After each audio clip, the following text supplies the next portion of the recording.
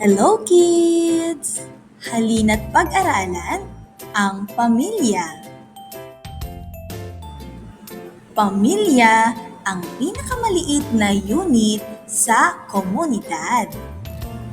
Kilalanin natin ang bawat miyembro ng pamilya.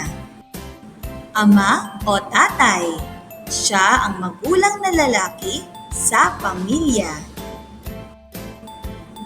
Ina o nanay, siya naman ang magulang na babae sa pamilya. Kuya, siya ang nakatatandang kapatid na lalaki. Ate, siya ang nakatatandang kapatid na babae. Bunso, siya naman ang pinakabatang kapatid sa pamilya.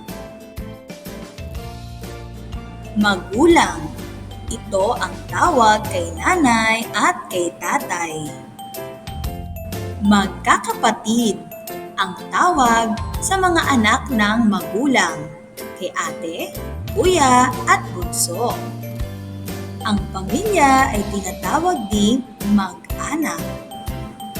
Kids, tandaan, ang bawat pamilya ay natatangi. May pamilya na binubuo ng ama, ina at mga anak. May pamilya ring iisa lamang ang anak. Ang mahalaga, nagmamahalan at nagtutulungan ang mga kasapi ng pamilya.